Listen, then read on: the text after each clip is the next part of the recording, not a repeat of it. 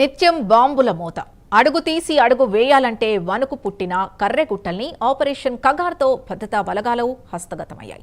తెలంగాణ ఛత్తీస్గఢ్ సరిహద్దులోని అత్యంత ఎత్తైన గుట్టలు మొన్నటి వరకు మావోయిస్టులకు పెట్టిన కోట. అలాంటి కర్రెగుట్టలను ఎకో టూరిజం స్పాట్గా తయారు చేస్తామని అధికారులు ప్రకటించారు. రెండు రాష్ట్రాల సరిహద్దుల్లో సుమారు 145 కిలోమీటర్ల వైశాల్యంలో విస్తరించి ఉన్న అతిపెద్ద ప్రకృతి సంపద ఈ కర్రెగుట్టలు. సముద్ర మట్టానికి 1524 మీటర్ల ఎత్తులో ఈ గుట్టలుంటాయి. 7 అతిపెద్ద గుట్టల్ని దాటుకుంటూ రహదారి నిర్మాణాన్ని చేపట్టారు. ఇక ఇదే అంశానికి సంబంధించి మరింత సమాచారం మా కరెస్పాండెంట్ తిరుపతి అందిస్తారు.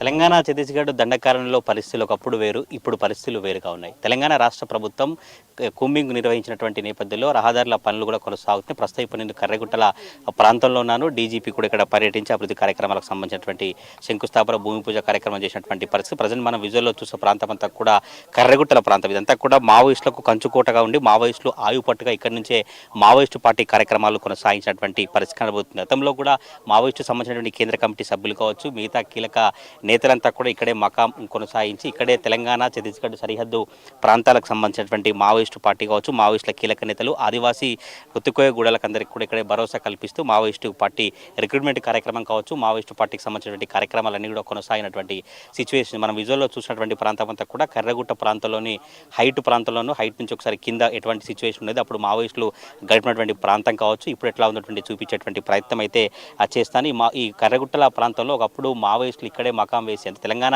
ఛత్తీస్గఢే కాకుండా ఇతర రాష్ట్రాలకు సంబంధించినటువంటి మావోయిస్టుల కీలక నేతలు కావచ్చు, కేంద్ర కమిటీ సంబంధించినటువంటి కీలక నేతలంతా కూడా ఇక్కడే మకాం వేసి ఇక్కడి నుంచే కార్యపాలన కొనసాగించినటువంటి పరిస్థితి మనం విజువల్లో చూసినటువంటి ఈ ప్రాంతం అంతా కూడా కర్రెగుట్టల ప్రాంతం. ఎప్పుడైతే ఇటు పోలీసులు కావచ్చు ఆపరేషన్ కగార్ కొనసాగినప్పటి నుంచి కూడా కేంద్ర బలగాలు స్థానిక పోలీసు సంబంధించినటువంటి కూంబింగ్ కొనసాగింది. అప్పటి నుంచి కూడా ఒక్కొక్కరుగా మావోయిస్టు పార్టీకి సంబంధించినటువంటి నేతలంతా లొంగిపోవడం కావచ్చు, ఆ తర్వాత మావోయిస్టు సంబంధించినటువంటి ఎన్కౌంటర్లు పోలీసులు వర్సెస్ మావోయిస్టులు ఇక్కడే ఇదే వాతావరణంలో ఇదే ప్రాంతంలో జరిగినటువంటి పరిస్థితి మనం చూసినాం. అప్పుడు ఆ గుట్ట ప్రాంతం అంతా కూడా ఇదే గుట్ట నుంచి మావోయిస్టులు మళ్ళీ దాటి అటువైపు వెళ్ళేటువంటి ప్రయత్నం కొనసాగించినటువంటి పరిస్థితి కనబడుతుంది. ఇక్కడ గతంలో కూడా ఈ మిగతా చెట్ల ద్వారా కావచ్చు ఈ గుట్ట ద్వారానే వారి జీవనం కొనసాగించినటువంటి పరిస్థితి కనబడుతుంది.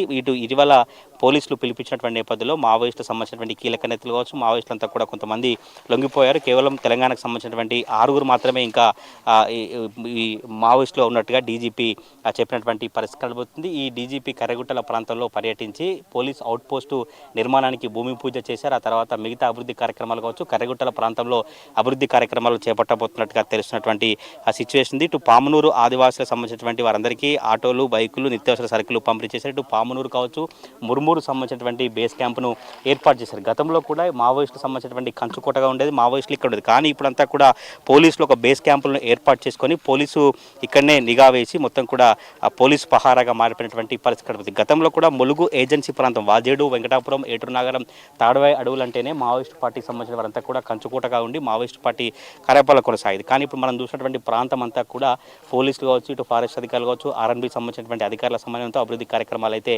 కొనసాగుతున్నటువంటి సిచ్యువేషన్ కనిపిస్తూ ఉంది. గతంలో ఇక్కడ ఆదివాసీ సంబంధించినటువంటి వాళ్ళంతా కావచ్చు మిగతా ఎవరైతే ఆదివాసీ సంబంధించిన మావోయిస్ట్ సానుభూతి పరులు ఉన్నారో వాళ్ళంతా వెంకటాపురం ఏజెన్సీ వైపు కావచ్చు మిగతా కింది వైపు వెళ్ళినట్టుగా తెలుస్తోంది. పూర్తిగా ఇదంతా కర్రెగుట్టల ప్రాంతం తెలంగాణ ఛత్తీస్గఢ్ సరిహద్దు ప్రాంతంలో కర్రెగుట్టలు అంటేనే మావోయిస్టులు కంచుకోటగా ఉండి అనేక మంది సంబంధించిన మావోయిస్టులు రిక్రూట్మెంట్ కార్యక్రమం కొనసాగించిన కావచ్చు మావోయిస్ట్ సంబంధించినటువంటి కార్యకలాపాలు కొనసాగినటువంటి పరిస్థితి కనబడుతుంది. కానీ కర్రెగుట్టల ప్రాంతంలో ఒకప్పుడు వెహికల్ రావాలన్నా వ్యక్తులు రావాలన్నా భయపడేటువంటి వాతావరణం కనిపించేది. కానీ ఇప్పుడు కర్రెగుట్ట ప్రాంతంలోకి పోలీసులు కావచ్చు డీజీపీ స్థాయి అధికారి రావడంతో మావోయిస్టులకు సంబంధించినటువంటి కంచుకోటను పోలీసులు ఆధీనంలో తీసుకుని అభివృద్ధి కార్యక్రమాలను అయితే కొనసాగించినటువంటి సిచ్యువేషన్ కనిపిస్తూ ఉంది.